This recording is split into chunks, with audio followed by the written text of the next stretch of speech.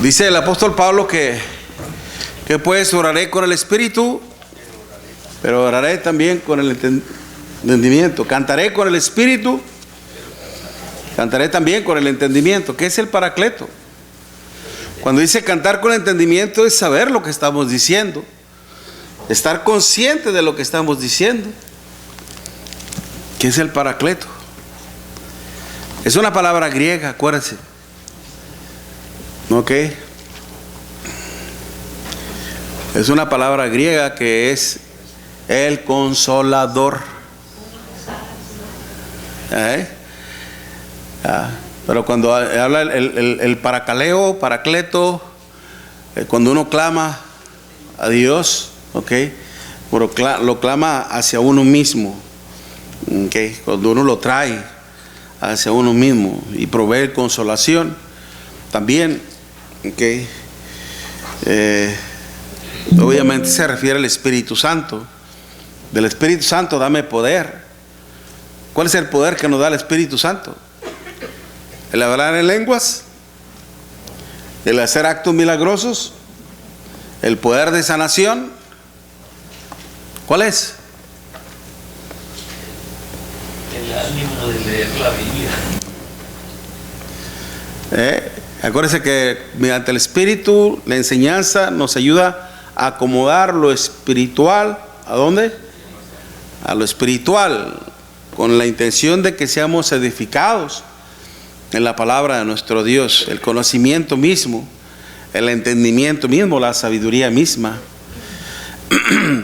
¿Y con qué fin? ¿Cuál es el fin de estudiar y de aprender? Para llevar el evangelio al mundo. Amén, gloria a nuestro Dios. Buenos días, hermanos. Dios les bendiga, siempre como burro sin mecate, como decimos en México, ¿verdad? No les saludé, hermanos. Bendiciones para todos y cada uno de ustedes, hermanos. También aquellos que nos están siguiendo por las redes sociales. También a veces de repente uno se encuentra con sorpresas de que le dicen a uno: lo estamos siguiendo, hermano, lo estamos viendo. Gloria a Dios por ello. Qué bueno que tengan el interés, sobre todo, de aprender en la palabra de nuestro Dios. El domingo pasado no estuve con ustedes. Un hermano nuestro en la fe necesitaba de mi ayuda y le fui a cubrirle, aprovechando de que también por nuestro hermano, ¿cómo se llama? José Luis, ¿no? Se llama, el que estuvo aquí con nosotros, ¿verdad? Rodríguez, ¿se apellida Rodríguez? Martínez. Mira mi tocayo, Martínez, ¿verdad? Estuvo aquí. Entonces, en lo que él estuvo aquí, bueno, cómo es que a veces Dios mueve las piezas, ¿no?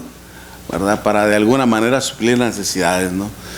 Entonces, pues no tuvimos nuestro estudio acerca de las bienaventuranzas que estamos llevando a cabo nosotros, acerca de Mateo capítulo 5 y en el versículo 6.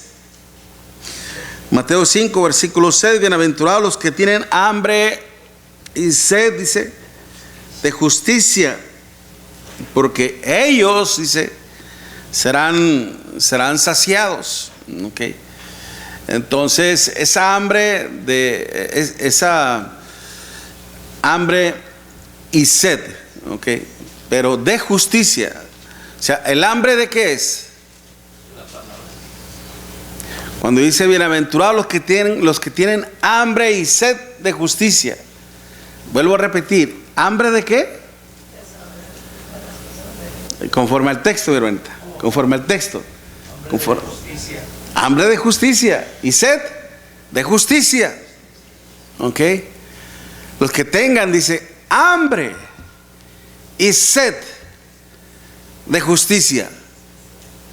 Y luego dice, ¿serán qué? Saciados. Ok.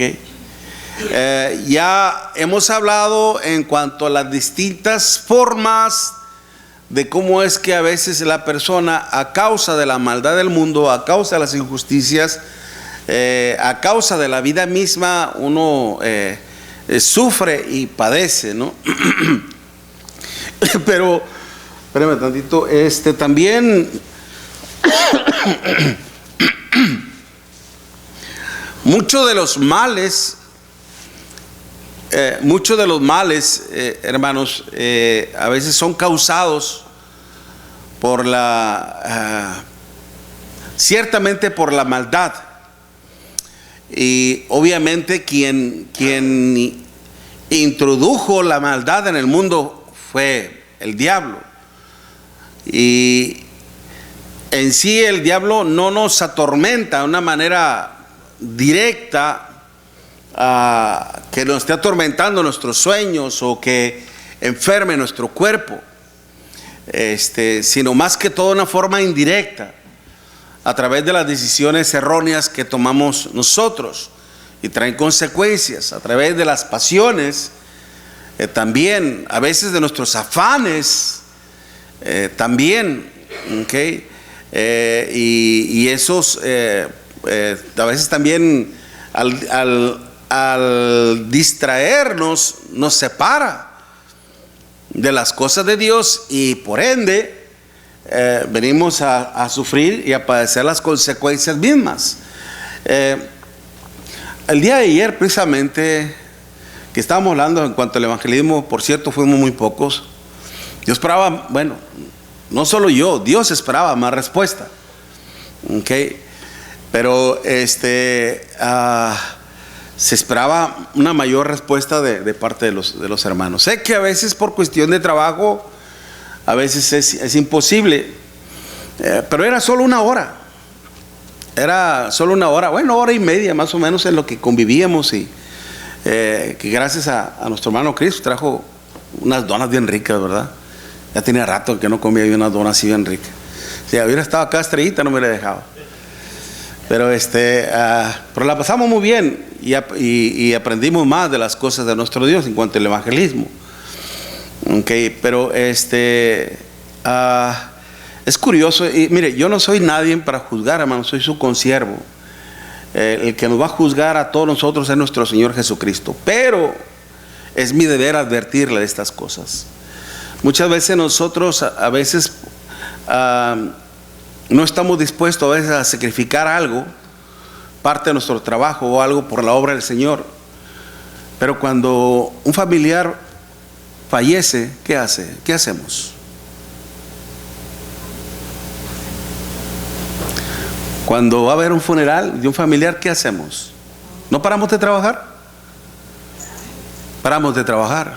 ¿Es más importante eso que las cosas de Dios? No póngase a pensar en eso. Todo es cuestión de querer. Todo es cuestión de querer. Y todo es cuestión de buscarle el modo a las cosas. ¿Okay? Y todo es cuestión de buscarle el modo a las cosas. A veces no es tan necesario sacrificar las cosas. A veces es cuestión de moverlas un poco. ¿Okay? Organizarlos prácticamente. Pero a veces cuando no se puede, cuando usted ya se comprometió con alguien, se entiende, porque usted ya antepuso su palabra. ¿Me explico? Usted ya tiene un compromiso y usted no puede quedar mal. Pero si usted no tiene ningún compromiso, si usted considera que eso puede ser movible de alguna manera, pues la idea es esforzarnos en hacer las cosas. Yo siempre he dicho esto: tratemos de hacer las cosas a lo más que podamos. Cuando nosotros hacemos lo que yo voy a hacer hasta donde yo pueda llegar, lo que yo no puedo hacer, ¿sabe quién se va a encargar de eso? Dios. ¿Okay? Dios. Por eso, y si se dan las cosas, qué bueno, gloria a Dios. Y si no, ya habrá otra oportunidad. Ya habrá otra oportunidad. ¿Okay? Pero estamos cantando eso de trabajar, y ¿qué estamos haciendo? ¿Estamos trabajando? Hay que hacerlo, hermanos, para la honra y gloria de nuestro Dios. En Hechos capítulo 10, hermanos, volviendo al punto, en Hechos capítulo 10, versículo 38, Hechos 10, versículo 38.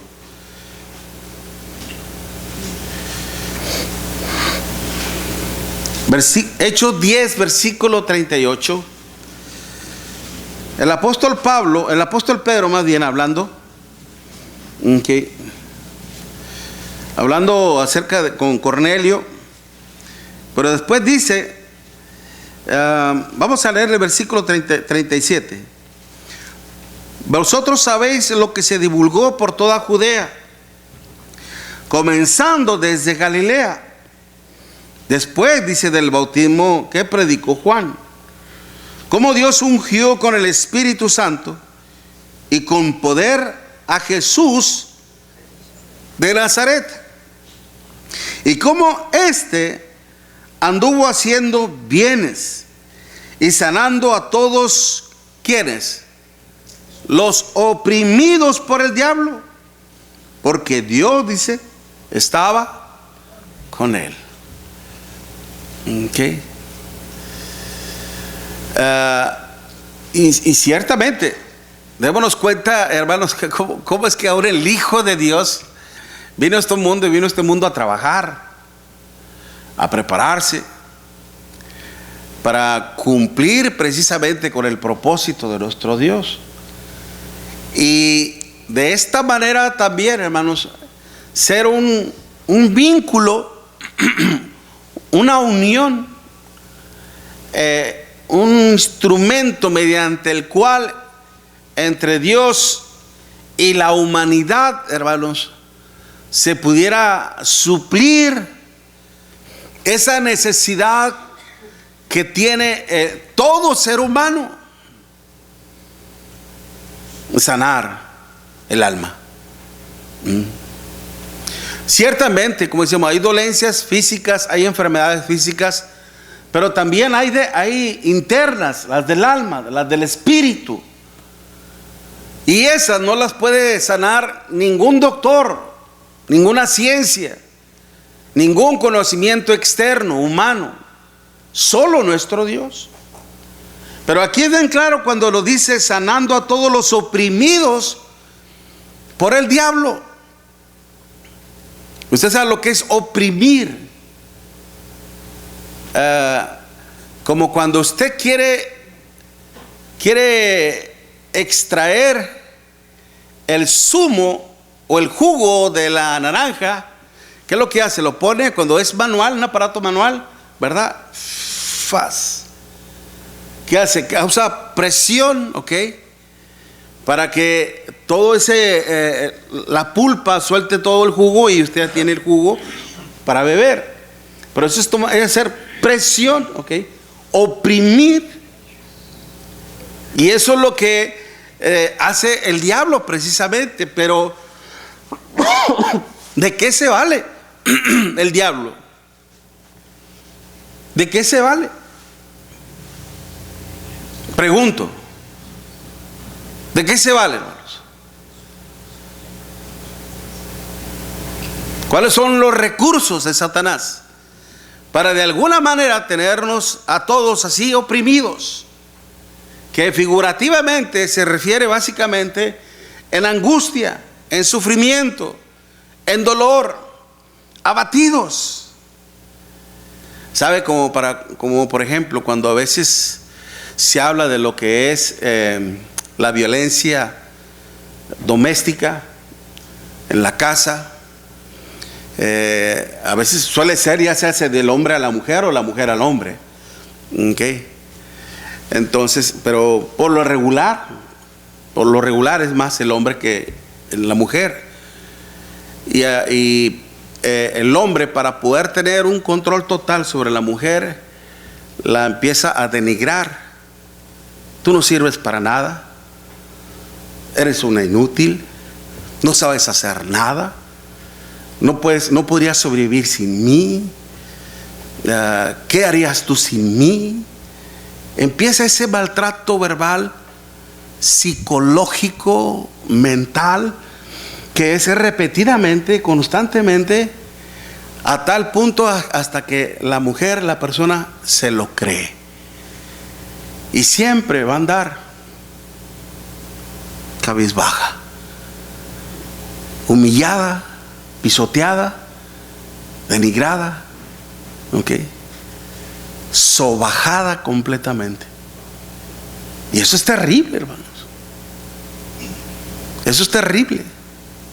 Esa es la forma, la táctica que utiliza Satanás para tener a un ser humano así, derrotado, denigrado, hacerlo sentir, hermanos, como lo peor de la escoria humana, haga de cuenta. Como el ser más despreciable. Así nos quiere tener Satanás. Y muchas personas, a consecuencia de su pecado, lamentablemente, están en una situación así. Y es terrible. Es terrible. Sin embargo, ciertamente no todo es culpabilidad o la culpa, no toda la culpa la tiene Satanás. El ser humano contribuye mucho con eso. Desde el momento, le decía, cuáles son los recursos del diablo: los deseos de la carne, los deseos de los ojos y la vanagloria de la vida. Atrae todo eso. Eso es lo que los atrae a los jóvenes, hermanos. Los deseos de los ojos, que lo que ven, todo lo que está en el mundo lo ven agradable, codiciable. Como miró Eva el fruto prohibido. Una vez que Satanás lo hizo que volteara para allá y vio el fruto que era ¿qué? Agradable, codiciable. Lo empezó a codiciar. Que ven la diversión, hermanos, del mundo en sí. El baile, la tomada, el jejeje, jajaja, jijiji, la alegría y todo eso. Esa atracción. Los deseos de la carne, el placer que proporciona todo eso. Y la vanagloria, el ser famoso, el ser aceptado entre un grupo, etcétera, etcétera, hermanos. Por eso no debemos de, como dice el apóstol Pablo, no debemos de ignorar en cuanto a las maquinaciones del diablo, la forma de cómo el diablo opera, la forma de cómo el diablo actúa en contra de nosotros. Cada uno es tentado, dice Santiago. Cada uno es tentado cuando de su propia concupiscencia es atraído. ¿Y qué? Y seducido. Y una vez que pasa eso, hermanos, vienen las consecuencias. El alcoholismo, cáncer, un matrimonio disuelto a consecuencia de la infidelidad. Cuando Dios precisamente dice, hermanos, allá en Malaquías capítulo 2, que Él dice que Él aborrece el repudio, haciendo referencia al divorcio. Algunos lo traducen como que Dios no lo aprueba. No, ahí no está diciendo de que Dios no lo aprueba. Ahí lo que Dios está diciendo de que Él detesta, le desagrada por completo el divorcio, el repudio. ¿Por qué? Porque eso viene a ser consecuencia de la infidelidad, del adulterio. Es el resultado de una infidelidad, y es por eso que a Dios eso aborrece. Por eso más adelantito dice que no le seas infiel a la mujer de tu pacto. ¿Me explico? Y muchas personas cuando caen en eso, hermanos, porque una cosa lleva a la otra.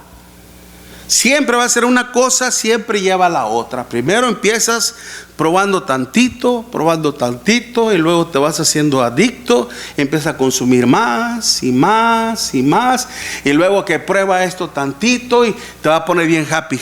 Ahí está uno ahí viendo tigres, elefantes y volando, ¿verdad? Y luego prueba esto y que va a durar más y terminas endrogado o drogado más bien, porque también endrogado de las deudas empiezas a gastar lo que no tienes, ¿ok? Y luego caes en el adulterio por algo. Oseas 4:11 dice: fornicación, vino y mosto quitan el buen juicio. Y es cuando se lleva a cabo lo que es la infidelidad, el adulterio, hermanos. Se rompe el matrimonio. ¿Y quiénes son los que le llevan después? los hijos. ¿Qué pasó con el rey David? Una vez que él fue seducido, cuando el lugar del rey David, allá en el libro de primer libro de Samuel, que él debía estar en la guerra, se quedó en el palacio, en su casa, salió al balcón y miró una mujer muy hermosa. ¿A quién? Betsabé. La trajo con él y la obligó a estar con él. Cuando su pecado se hizo evidente por el profeta de nuestro Dios, hermanos, ¿qué hizo el rey David? En el Salmo 51 usted lo ve, todo quebrado. Todo quebrado.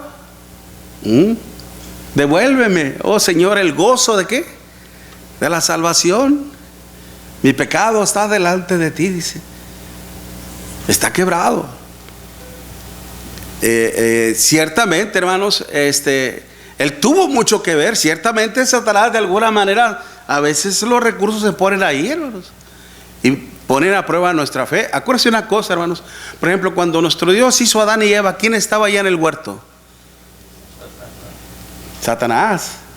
Ellos no fueron los primeros. Adán y Eva no fueron los primeros.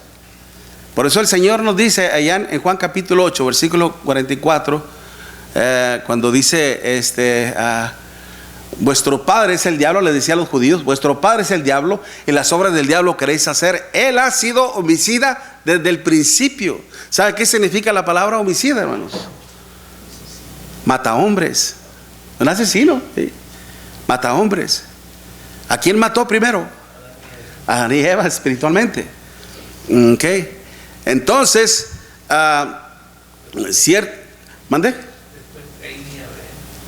Sucesivamente, ¿verdad?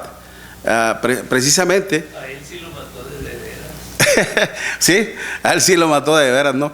Pero el punto es, antes de que se me olvide, ¿no? El punto es de que, ¿por qué Dios permitió que la presencia del diablo estuviera ahí? ¿Cuál era el propósito de la presencia de Satanás en el huerto del Edén? Esto yo lo dije una vez, una o dos veces lo he dicho. ¿Cuál era el propósito de la presencia de Satanás en el huerto del Edén? Sí, hermano, es que Dios es un Dios de amor y de libertad. Si Dios, Él sabía lo que iba a pasar, por eso todo lo hizo bien hecho, pero le da la oportunidad al hombre de que no vaya a cometer el error. Y Satanás, siendo un espíritu que se le había revelado a Dios, él iba a buscar la forma de echarle a perder todo lo bueno a Dios. Y fue por eso que Satanás le estaba ayudando al hombre para que el hombre no cometiera el error, pero lo venció.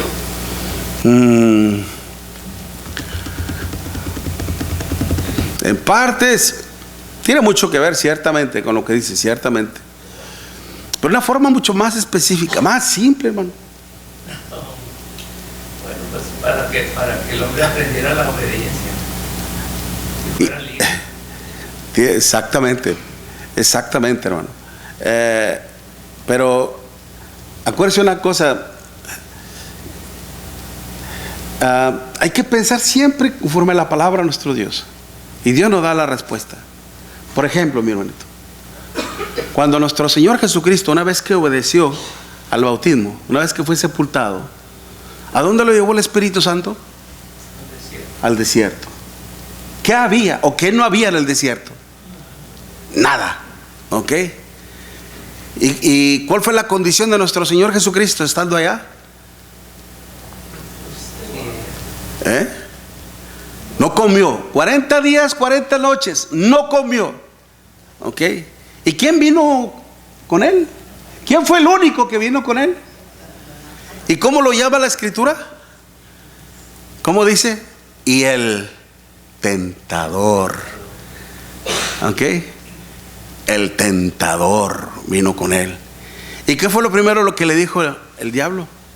Si eres el Hijo de Dios, de que estas piedras se convierten en pan. ¿Se da cuenta? Si eres el Hijo de Dios, Tírate, cuando lo llevó al pináculo del templo, lo más alto. Tírate, pues escrito está: a tus ángeles mandará, y tu pie no tropiece en piedra, etcétera, etcétera. ¿Se da cuenta? Pero dice, si eres. Ahora démonos cuenta, ¿qué estaba haciendo el diablo con nuestro Señor Jesucristo?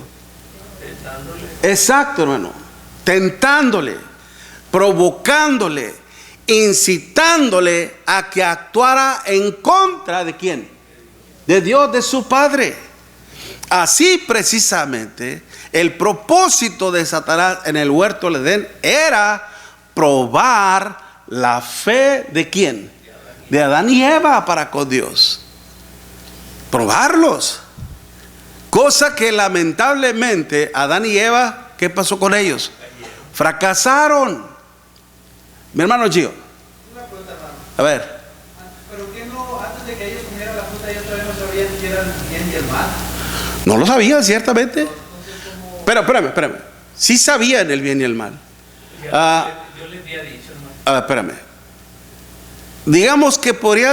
Digamos que sabían el bien y el mal. Cuando nuestro Dios le dijo a Adán, de todos los árboles puedes comer, el que está en medio de él no comerás. El día que comas, ciertamente, ¿qué?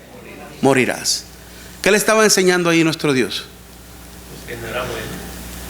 Estaba entrándole lo bueno y lo Si me obedeces, en cuanto a este mandamiento, sí, no va a haber ningún problema, el bien. Obedecer a nuestro Dios el bien. ¿Okay? Pero si me desobedeces, hay consecuencias. ¿Cuál iba a ser? Morir. No iba a ser físicamente, pero sí como espiritualmente. Iban a ser echados fuera. De hecho, mi hermano Gio, en el caso de Caín y Abel, cuando Dios le dijo, una vez que Caín no adoró a nuestro Dios como él quería, cuando Dios le dice, ¿por qué ha decaído tu semblante y por qué se ha ensañado tu rostro? Si bien hicieres, ¿no serás enaltecido? ¿Qué significó eso? que se sabían del mal. ¿Sabía hacer el bien? Dios nos enseña a obrar bien, rectamente, conforme a su palabra. Él nos instruye, Él nos enseña a hacer las cosas conforme a su palabra, y eso es un bien, y nos trae un bien. ¿Me explico? Pero viene Satanás, como Satanás no quiere que a nosotros nos vaya bien, ¿qué es lo que hace? Con que Dios ha dicho que de todos los árboles del huerto no podréis comer de él. Y dijo Eva, no, de todos los árboles podemos comer. ¿Quién le dijo a Eva eso? No, su esposo Adán, su esposo. Porque el día que comamos moriremos. ¿Y qué fue lo que le dijo el diablo? No vas a morir. Si lo que no quiere que sean como él, conociendo el bien y el mal. Ciertamente ellos lo conocían el mal en cuanto a teoría, pero no en cuanto a práctica, en cuanto a advertencia. Es como cuando tú adviertes a tus hijos de que, por ejemplo, de que no peleen entre ellos. No los quiero andar peleando. ¿Por qué? Porque son hermanos. Y esa instrucción, esa enseñanza les va a servir para el resto de ¿qué? De su vida, que son hermanos.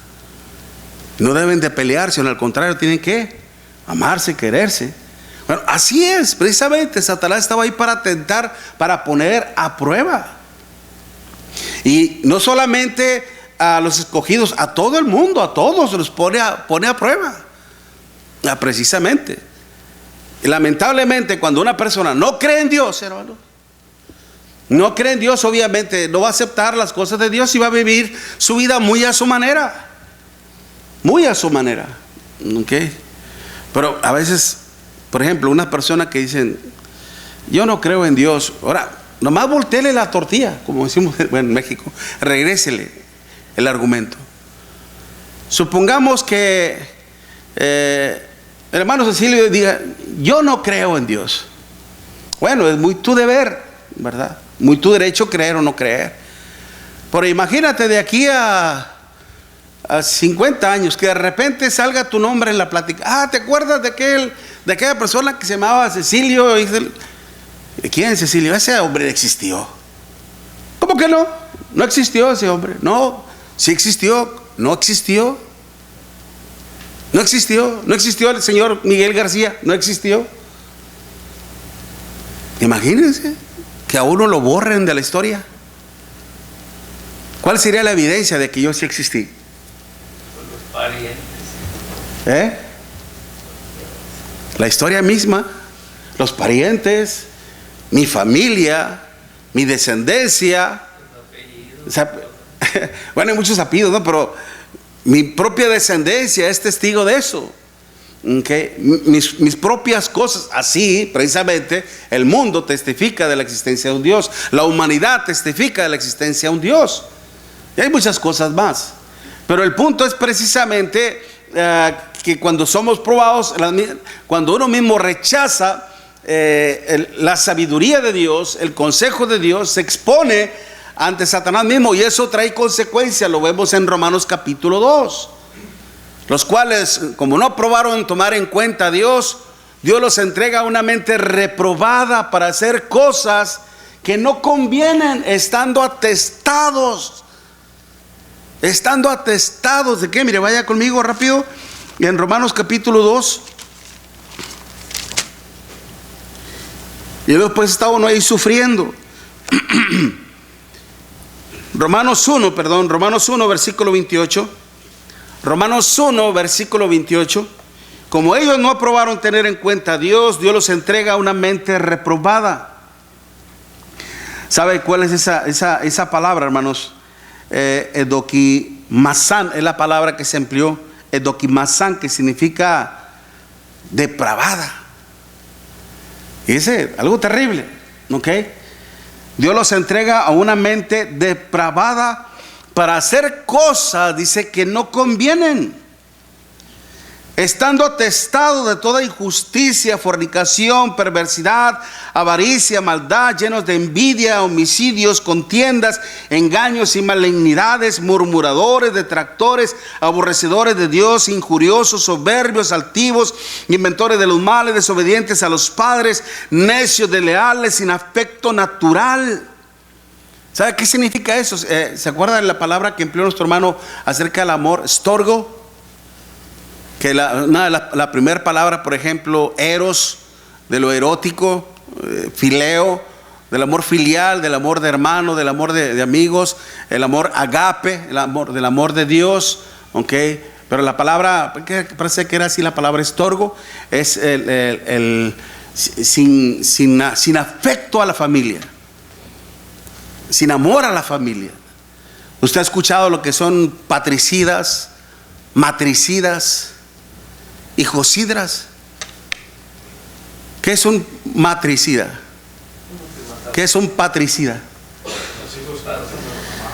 Exactamente, hijos que matan a sus madres, hijos que matan a sus padres y padres que matan a sus hijos. Es algo tan cruel. Yo no sé, como cuando usted, a mí me gusta, como le he dicho varias veces, que me gusta ver así canales de Animal Planet, eso de la vida de los animales, como cuando un león se aproxima a una manada y las leonas lo ven, hermanos, de lejos.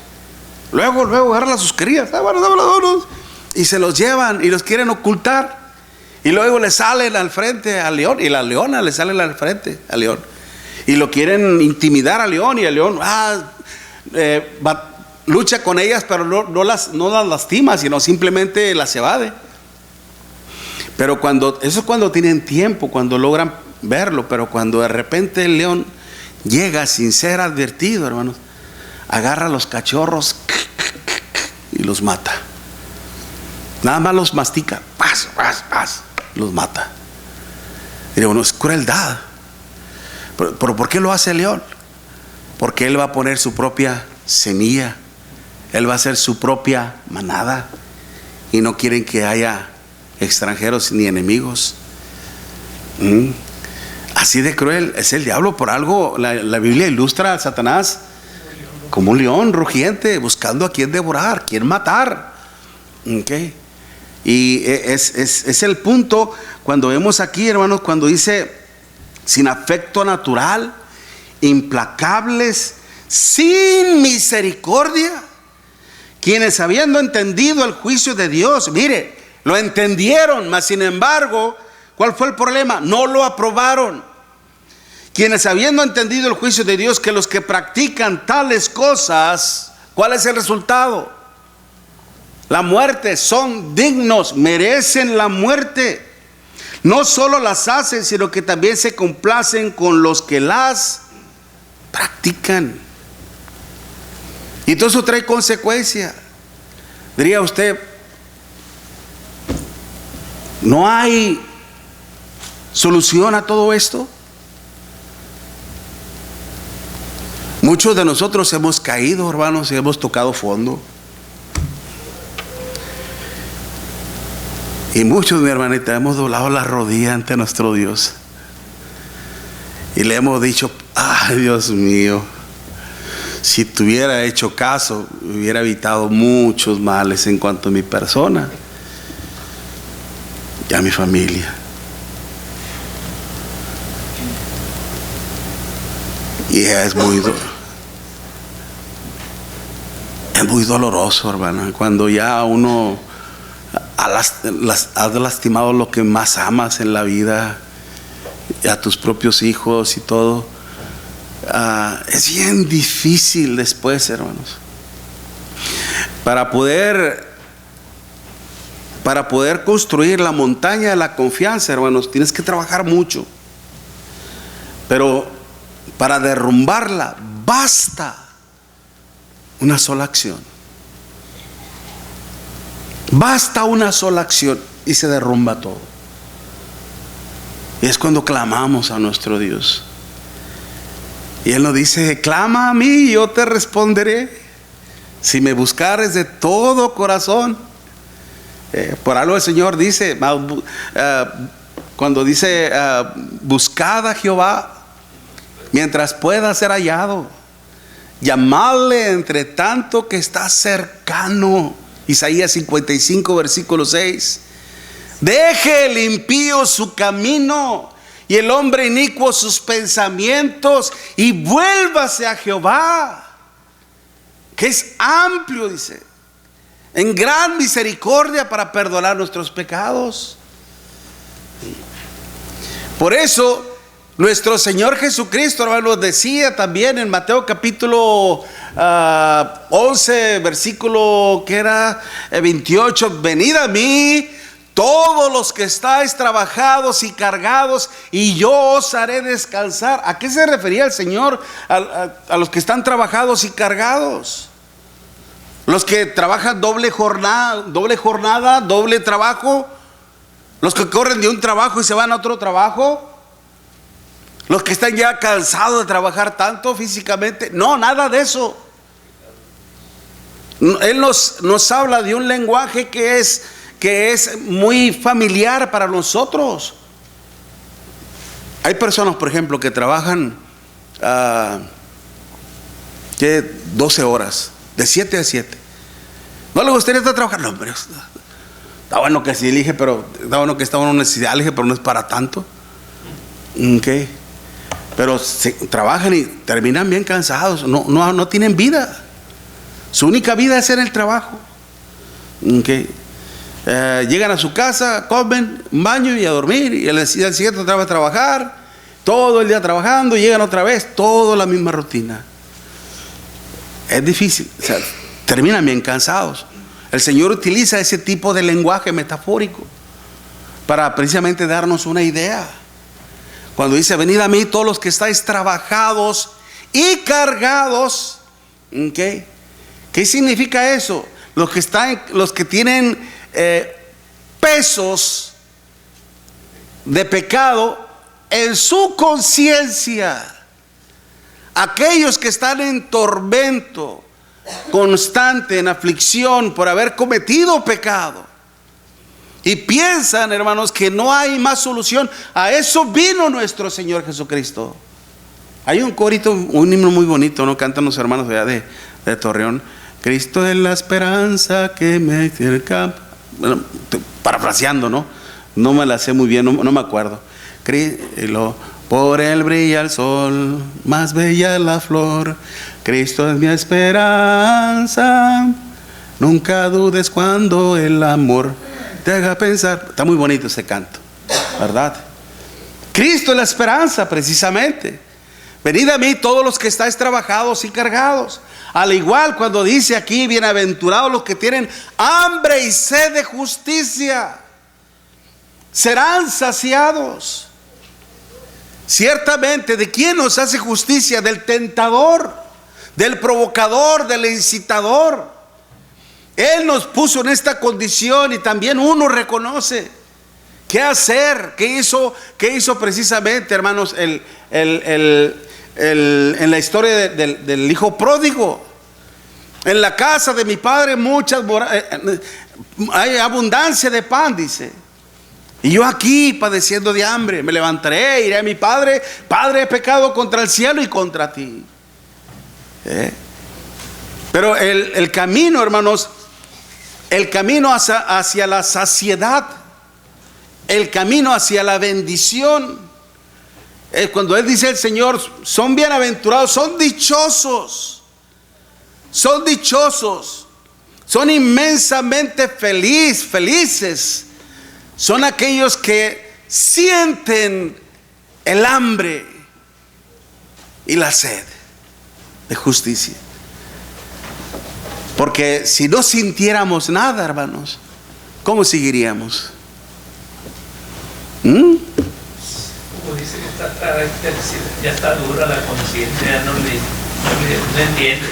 ¿Sí? Esa palabra tendrán su conciencia cauterizada, sellada, prácticamente cerrada. ¿Ok? Como cuando se cauteriza una vaca, ¿verdad? Que se le pone un hierro candente. Ese era el método, el sistema que antiguamente, hermanos, usaban supuestamente para parar derrame, ¿ok? Sangrado. Y supuestamente sellaban la herida, ¿no? y se paraba el derrame. Cerrar conciencia, ¿no? Precisamente una vez que nosotros sentimos esa necesidad, esa necesidad, hermanos, ¿a dónde nos va a acercar?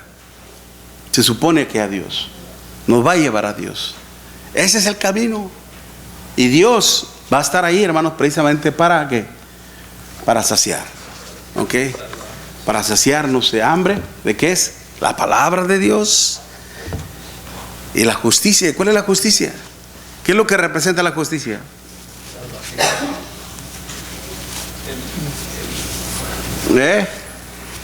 ¿Qué es lo que más representa la justicia de Dios, hermanos? El descanso. Ya se los he dicho. Hagan memoria.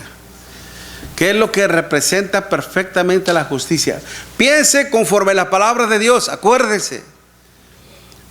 ¿A qué me refiero a esto? A que en su mente venga un texto que dé respuesta a ello. Un texto bíblico, utilice un texto bíblico. Acuérdese un texto bíblico. ¿Qué es lo que representa perfectamente a la justicia de Dios? Romanos capítulo 1, versículo 17, porque en el Evangelio la justicia de Dios se revela por fe y para fe, pues como está escrito, mas el justo por la fe. ¿Qué es lo que puede representar mejor a la justicia de Dios? El Evangelio. Amén. Gloria a Dios, mis hermanos. Vamos a tomarnos un receso, un descanso, y luego regresamos a la adoración a nuestro Dios.